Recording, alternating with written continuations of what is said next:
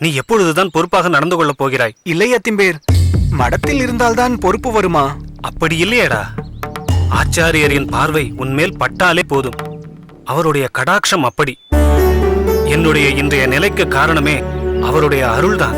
ஓ, பார்வைக்கு அப்படி ஒரு விசேஷம் உண்டா? ஏன் இல்லாமல்? உனக்கொன்று தெரியுமா?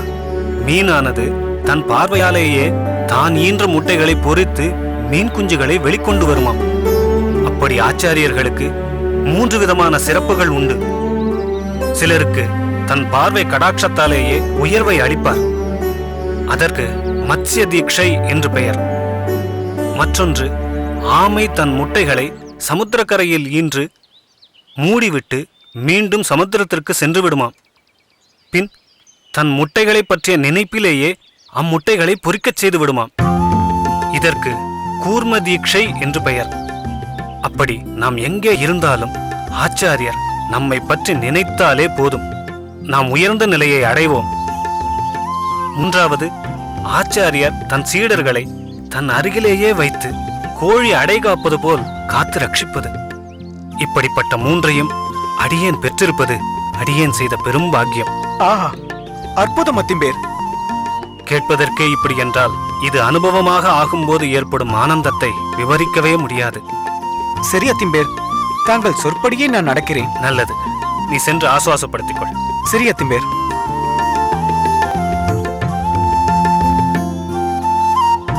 அடடே, அடியேன். அடியேன் நமஸ்காரம். வாருங்கள் வாருங்கள், உள்ளே வாருங்கள் வாருங்கள். மேகவல்லி, சுவாமி, வாருங்கள் வாருங்கள். வாருங்கள் வாருங்கள். விஜயா மன்னி நலமாக இருக்கிறாளா? நலமாக இருக்கிறாள். மேகவல்லி, இவர்கள் அருந்துவதற்கு மோர் கொண்டு வா. சரி சுவாமி. அமருங்கள்.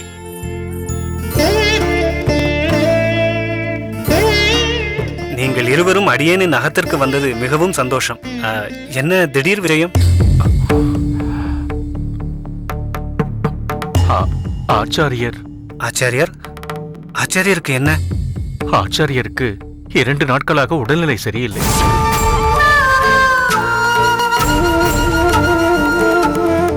தாங்கள் என்ன சொல்கிறீர்கள்? இப்பொழுது எப்படி இருக்கிறார்? வைத்தியர்கள் யாரையாவது தன்னை பரிசோதிக்க அனுமதித்தாரா? பரிசோதித்து சூர்ண கஷாயமும் கொடுத்திருக்கிறார். காய்ச்சல் தான் என்றாலும் ஓரிரு முறை தங்கள் பெயரை உச்சரித்தபடி முனகிக் கொண்டிருந்தார். எனவேதான் மாரநேர் நம்பியை கவனிக்க சொல்லிவிட்டு நாங்கள் இங்கு வந்தோம். கேட்பதற்கே மிகவும் சங்கடமாக இருக்கிறது. ஆச்சாரியர் நோயில் விழுந்து நான் கண்டதே இல்லை. அதுதான் எங்களுக்கும் வருத்தமாக இருக்கிறது திருக்கோஷ்டியூராரே. ஆச்சாரியரை பார்க்கவே சங்கடமாக இருக்கிறது. தமக்கு பிறகு இந்த சம்பிரதாய போஷகர் யாரோ என்ற மனோவியாதி மட்டும் அவருக்கு நெடுநாட்களாகவே உண்டு. சரி, நாம் உடனே புறப்படுவோம். இந்தாருங்கள். கொடு. மேகவலி, ஆச்சாரியருக்கு உடல்நிலை சரியில்லையாம். நான் இவர்களுடன் ஸ்ரீரங்கம் புறப்படுகிறேன். சுவாமி, நானும் தங்களுடன் வரட்டுமா? வேண்டாம் மேகவல்லி, இது போன்ற சமயத்தில் நம் குடும்பத்தோடு சென்று அங்கு இருக்க முடியாது. பிறகு அங்கு குழந்தைகளை கவனிக்கவே உனக்கு நேரம் சரியாக இருக்கும். அதனால் நான் மட்டும் இவர்களுடன் புறப்படுகிறேன். நீ தேவையான ஏற்பாட்டை செய். சரி சுவாமி.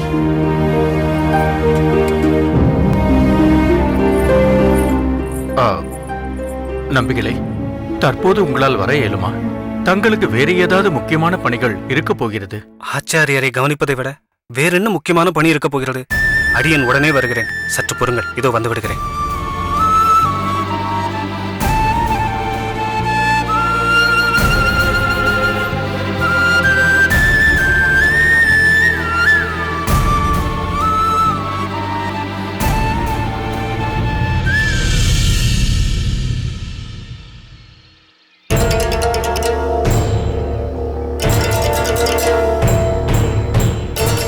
அண்ணே, பழவேஸ் அண்ணே, என்ன இங்க உட்கார்ந்து இருக்க? இதுல யோசனை வர பண்ணிக்கிட்டு இருக்க? என்னவோ யோசனை பண்ணிக்கிட்டு இருக்கேன்னு சொன்னேன். யோசனை தான். என்னென்ன யோசனை? அட போங்கடா, உங்ககிட்ட சொல்லி பிரயோஜனம் இல்ல. சரி விடுங்க, வா தொழில கவனிப்போம். அம்புட்டு மரத்துலயும் குடும்ப கட்டி வச்சிருக்கோம்ல, அம்புட்லயும் கல்லு விழுந்திருக்கும். வாப்பா இறக்கிட்டு வரலாம். அட போங்கடா, நீங்க இந்த தொழிலாளர் தான் பிரச்சனையே. தொழில்னாலயா? அதனால என்னென்ன பிரச்சனை சொல்லிட்டா அதை தீர்த்து வச்சிருக்கீங்களா? உங்களால எல்லாம் அதை தீர்த்து வைக்க முடியாது. எங்களால் தீர்க்க முடியும்.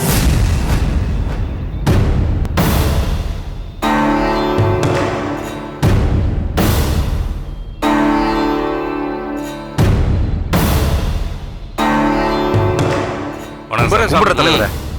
வாங்க தலைவரே. என்ன இவ்வளவு தூரம் வந்திருக்கீங்க? எப்படி இருக்கிறாய் பலவேசம்? நல்லா இருக்க தலைவரே. ஏன் தலைவரே, ஒரு வார்த்தை சொல்லி அனுப்பியிருந்தீங்கன்னா நானே பார்க்க ஓடி வந்திருப்பேன். நீங்க ஏன் கடந்து அல்லாடிக்கிட்டு இருக்கீங்க? ஆமா, சாமி யாரு? ராமானுஜனை தெரியுமா? யார் சாமி? ராமானுஜன் தமிழ் பாசுர வகுப்பிற்கு உங்கள் இடத்தில் சிலர் குடிசை அமைக்க வந்து அவர்களையெல்லாம் விரட்டி அடித்தீர்களே, அவர்களில் ஒருவன்தான் ராமானுஜன். அவனுடைய தந்தை தான் இவர். அப்படியா? ஏன்டா என் பிள்ளைய வரணும்னு என்கிட்ட சண்டை போட வந்திருக்காரா? ஏய் பலவேசம், என்ன பேசுகிறாய்? எங்கே என்ன பேச வேண்டும் என்று தெரியாது உனக்கு? இவரை பார்த்தால் அப்படியா தெரிகிறது? மன்னிக்கணும் தலைவரே, தப்பு தான். டேய் நீங்க போங்கடா, நான் அப்புறமா வரேன். சரிண்ணே, நாங்க வரோம் சாமி. ம். சரி போகட்டும். ஊர் தலைவனாக அல்ல, சாமானியனாக கேட்கிறேன். எதற்காக நல்ல காரியம் செய்ய வந்தவர்களை விரட்டி அடித்தீர்கள்? நல்ல காரியமா? அது அவங்களுக்கு நல்ல காரியம், எனக்கு அது கெட்ட காரியம்.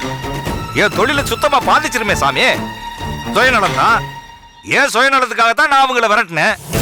எல்லாரையும் அது என்னது இந்த பாத்திரத்தை கத்துக்க வச்சு அவங்க எல்லாரையும் நல்லவங்களை மாத்திட்டாங்கன்னா அப்புறம் ஏன் கள்ளு வியாபாரம் என்ன ஆகுறது? அப்படியானால் ஒழுக்கமற்றவர்கள் தான் கல் குடிப்பார்கள் இல்லையா? ஆமா தலைவரே, இதுல என்ன சந்தேகம்? ஒழுக்கம் இல்லாதவர்களை உருவாக்கி கொண்டிருப்பதில் உனக்கு வருத்தமே இல்லையா? வருத்தப்பட்டா எனக்கு வியாபாரம் ஆக வேண்டாமா? ஏன் பிள்ளை குட்டிகளை நான் காப்பாற்ற வேண்டாமா?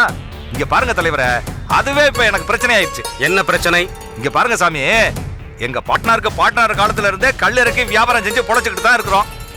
அவன் குடிச்சு குடல் வந்து செத்துட்டான்னு எங்களையும் திட்டிக்கிட்டு தான் இருக்கிறாங்க. ஆனா எனக்கு என் குடும்பம் முக்கியம், அதுலயும் என் புள்ள எனக்கு ரொம்ப முக்கியம். ஆனா அவன் இன்னைக்கு சோத்துல கை வைக்க மாட்டேன்ட்டான். பாவம் செஞ்சு சம்பாதிச்சு அதுல அவனுக்கு சோறு போடுறானா, அந்த சாப்பாட்டையே தொட மாட்டேன்றான். எவ்வளவு மனசு கஷ்டமா இருக்கு தெரியுமா தலைவரே? பைத்தியக்காரா, எதற்காக நீ மனம் கஷ்டப்பட வேண்டும்? மாறாக நீ பெருமைப்பட வேண்டும். நீ இறக்கும் கள்ளை உன் பிள்ளை குடிக்கிறானா? ஐயோ சாமி, அவ தொடவே மாட்டான். அவனுக்கு இந்த கெட்ட பழக்கம்லாம் இல்ல. மற்றவர்களின் மகன்கள் எல்லாம் இந்த கெட்ட பழக்கத்திற்கு அடிமையாகி துன்பப்பட வேண்டும். உன் மகன் மட்டும் நலமாக இருக்க வேண்டும் இல்லையா? ஏன் சாமி, எங்கேயாவது பெத்த அப்ப புள்ள குடிகாரன் ஆகணும்னு நினைப்பானா சொல்லுங்க? நான் என்ன செய்வேன் சாமி? எனக்கு வேற எந்த தொழிலும் தெரியாது. குத்தகைக்கு எடுத்த மரத்துக்கெல்லாம் குத்தகை பணம் கட்டணும்ல. நண்பரே, நான் சற்று உங்களுடன் பேசலாமா? பேசுங்க சாமி, தாராளமா பேசுங்க. இதுக்கு போய் என்ன நண்பரேன்னு கூப்பிட்டு இருக்கீங்க? நீங்க எவ்வளவு உசரத்துல இருக்கீங்க, நாங்க கீழ்மட்டத்துல இருக்கோம். அப்படியெல்லாம் நினைக்க வேண்டாம். நாம் இருவருமே மனிதர்கள்தான். உனக்கு தெரியுமோ தெரியாதோ, அந்த பெருமாளின் பார்வையில் நாம் எல்லோருமே ஒன்றுதான். நன்றாக கேட்டுக்கொள் பலவேசம். சொல்லுங்கய்யா. பனைமரம் கள்ளுக்கு மட்டும்தான் பயன்படுகிறது என்று நீ நினைத்துக் கொண்டிருக்கிறாய். நீ இறக்கும் பதநீர் புளித்த பின்தான் கள்ளாகி மற்றவர்களை தள்ளாட வைக்கிறது. அதை பதநீராகவே பயன்படுத்தினால் உடலுக்கு உறுதியை கொடுக்கிறது. பனை நுங்கு உடலுக்கு குளிர்ச்சியை தருகிறது. பனை ஓலையில் விசிறி செய்யலாம். பனைமரம் குடிசைகளுக்கு உத்தரமாகவும் பயன்படுகிறது.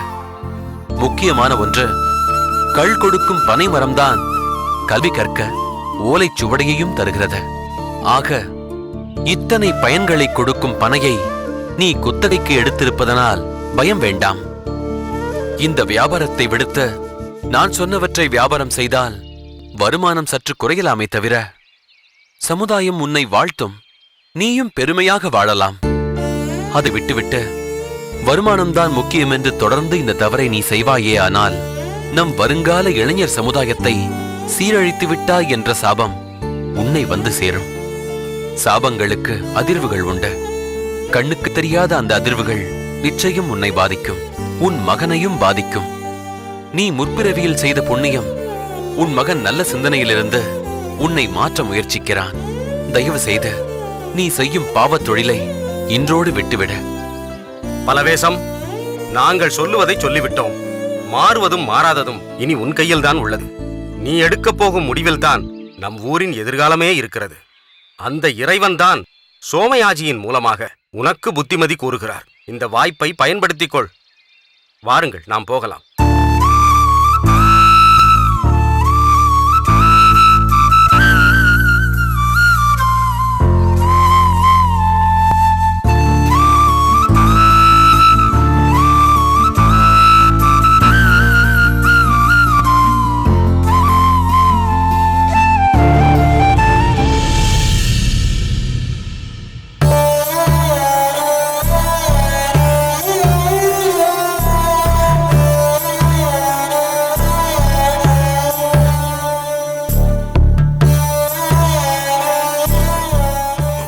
சுவாமி சுவாமி என்ன வேண்டும் என்று சொல்லுங்கள். தங்களுக்கு எதையும் செய்ய நாங்கள் சித்தமாக இருக்கிறோம். என்னை சற்று எழுப்பி உட்கார வைக்கிறீர்களா? வேண்டாம் சுவாமி, தாங்கள் இன்னும் சில நாட்கள் ஓய்வெடுத்துக் கொள்ளுங்கள். உட்காருவது பற்றி பிறகு யோசிக்கலாம். இல்லை, உட்கார்ந்தால் சற்று ஆசுவாசமாக இருக்கும். உட்கார வையுங்கள். சரி. சுவாமி, மெதுவாக மெதுவாக மெதுவாக மெதுவாக.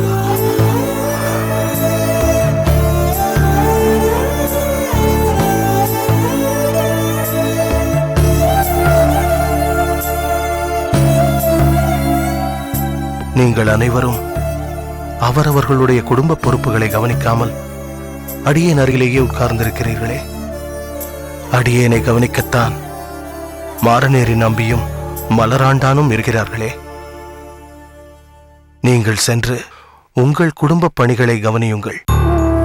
என்ன சுவாமி, தங்களை கவனிப்பதை விட எங்கள் வாழ்வில் வேறென்ன தலையாய கடமை இருந்துவிடப் போகிறது? தங்களை இந்த நிலையில் பார்த்த பிறகு எங்களால் குடும்ப பணியை எப்படி சிரத்தையாக கவனிக்க முடியும்? உங்கள் உடல்நிலை தேரும் வரை எங்களுக்கு வேறு எதிலும் கவனம் செல்லாது. திருமலை நம்பி, நீ ஸ்ரீரங்கம் வந்துவிட்டு இப்போதுதானே திருமலைக்கு சென்றாய். அதற்குள் இப்படி திரும்ப ஓடி வர வேண்டுமா?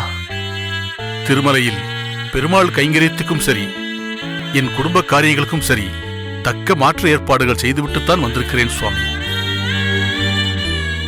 தேவரீர் ஆரோக்கியமாக இருக்கும் சமயத்தில் தங்களுக்கு கைங்கரியம் செய்வதை காட்டிலும் இப்படி உடல்நலம் குறைவாக இருக்கும் போது சேவை செய்வதுதானே இப்பிறவியில் நான் பெற்ற பயனாக இருக்க முடியும். அடியேனை பற்றி நீங்கள் பெரிதாக ஒன்றும் கவலைப்பட தேவையில்லை. ஓரிரு நாட்களில் அடியேன் உடல்நிலை தெரிவிடுவேன். அடியேன் உட்கொள்ளும் சூரணத்தாலும் கஷாயத்தாலும் என் உடல்நிலை தேறுகிறதோ இல்லையோ, நீங்கள் அனைவரும் என் மீது காட்டும் அன்பாலும் பரிவாலும் நிச்சயம் அடியேன் குணமாகி விடுவேன். இது போதும் சுவாமி. தங்கள் திருவாயால் தாங்கள் குணமாகி விடுவேன் என்று கூறினீர்களே, அதுவே எங்களுக்கு போதும். தெய்வவாரி, நீ இங்கு வந்து விட்டால் கோவில் பணியை யார் கவனிப்பார்கள்? திருவரங்கத்தரையர் பார்த்துக் கொள்கிறார் சுவாமி. தன் தேன் தமிழ் குரலாலும் திராவிட தமிழ் வேதமான ஆழ்வார்கள் அருளிச் செய்த பாசுரத்தாலும் அந்த அரங்கனை குளிரச் செய்து கொண்டிருக்கிறான் என்று அடியேன் கேள்விப்பட்டேன். நீ இல்லாத நேரத்தில் கோவிலையே பார்த்துக் கொள்ளும் அளவிற்கு அவன் தேறிவிட்டானா என்ன? அடியேனே அதை நேரில் என் கண்களால் கண்டேன் சுவாமி. அரங்கனுக்கு ஆரத்தி அர்ப்பணிக்கும் சமயத்தில் வேதத்திலிருந்து ஸ்லோகங்களை சொல்லி அர்ச்சிப்பதுதான் வழக்கம்.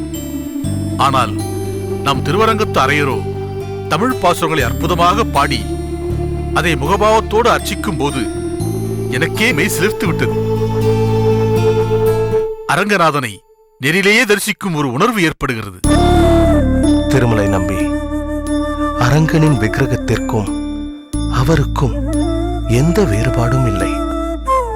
அது பார்ப்பவர்களின் கண்ணோட்டத்தை பொறுத்தது. நாம் தரிசிப்பது சாக்ஷாத் அந்த அரங்கனையே என்ற பாவத்தில் அவரை பார்த்தால் நிச்சயம் நம் கண்களுக்கு அவர் காட்சி கொடுப்பார். சுவாமி, தங்களுக்கு இருக்கும் கடாட்சமும் ஞானமும் எங்களுக்கு இல்லை. தங்கள் துணையின்றி நிச்சயம் அந்த பெருமாளை எங்களால் தரிசிக்க முடியாது. பௌதீகம் எனும் சம்சாரத்தில் விழுந்து தத்தளித்துக் கொண்டிருப்பவர்கள் நாங்கள் மட்டுமல்ல. இந்த பௌதீக உலகத்தில் பிறந்தவர்கள் அனைவருமே சம்சார பந்தத்தில் விழுந்து தவிக்கிறார்கள். அவர்கள் அனைவரையும் தாங்கள்தான் கைகொடுத்து தூக்கி காப்பாற்ற வேண்டும். இல்லை பெரிய நம்பி, அதற்கு தகுதி உடையவன் நான் அல்ல.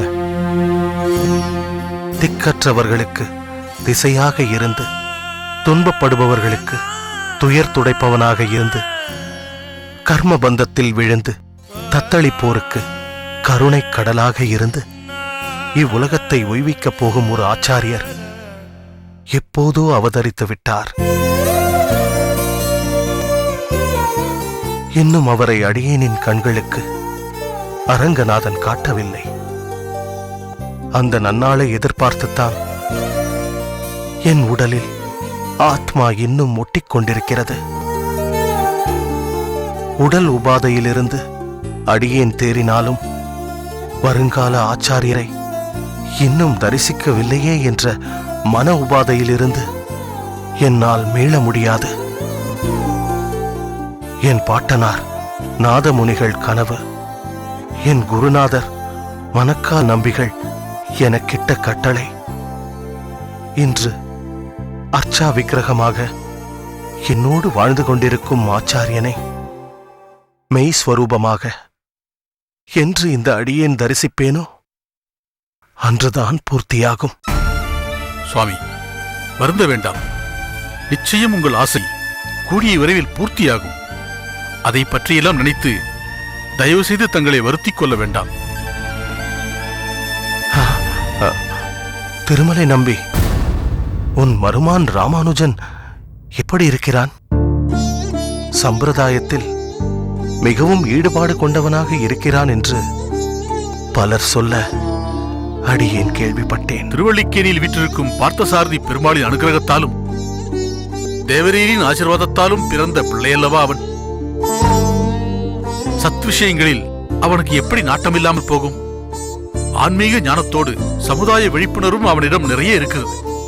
உயர்ந்தவர் தாழ்ந்தவர் என்ற பாகுபாடின்றி அனைவரையும் ஆன்மீக ஞானத்தால் மேலே உயர்த்த வேண்டும் என்ற உயர்ந்த எண்ணமும் அவனிடம் இருக்கிறது. கருணையின் முழு உருவமாக திகழ்கிறான் ராமானுஜன். ஆஹா, இதை கேட்பதற்கே மிகவும் இனிமையாக இருக்கிறது. ராமானுஜனை போன்றவர்கள் நம் சம்பிரதாயத்தில் இருந்தால் கூடிய விரைவில் அடித்தட்டு மக்களையும் அது சென்றடைந்து அனைவரையும் ஆன்மீக ஆனந்தத்தை அடையச் செய்யலாம். வருங்கால சமுதாயம் ராமானுஜனை போன்றவர்கள் கையில்தான் இருக்கிறது. அதனால் ராமானுஜனுக்கு தேவையான அனைத்து சம்பிரதாய விஷயங்களையும் நீ சொல்லிக் கொடுத்து உன்னைப் போலவே அவனையும் நம் சம்பிரதாயத்திற்காக ஆக்க வேண்டும். ராமானுஜனை போன்ற அறிவாளிகளை பௌதீகவாதிகள் மொய்த்துக்கொண்டு அவன் மூலம் பொருள் ஈட்டி முன்னுக்கு வரவேண்டும் என்று அவர்கள் நினைப்பார்கள். நீதான் வெகு ஜாக்கிரதையாக இருந்து கூடிய விரைவில் நம் சம்பிரதாயத்தின் விஷயத்தில் அவனை ஈடுபடும்படி செய்ய வேண்டும். நீ ஸ்ரீபெரும்புதூர் சென்றதும் இது விஷயமாக உன் தங்கையிடமும் மாப்பிள்ளையிடமும் பேசு. சம்பிரதாயம் வளர்வதில் அவர்களுக்கு மட்டும் ஆசை இருக்காதா என்ன? நிச்சயம் பேசுகிறேன் சுவாமி. தாங்கள் சற்று நேரம் படுத்து ஓய்வெடுத்துக் கொள்ளுங்கள். நாம் பிறகு பேசலாம். சரி.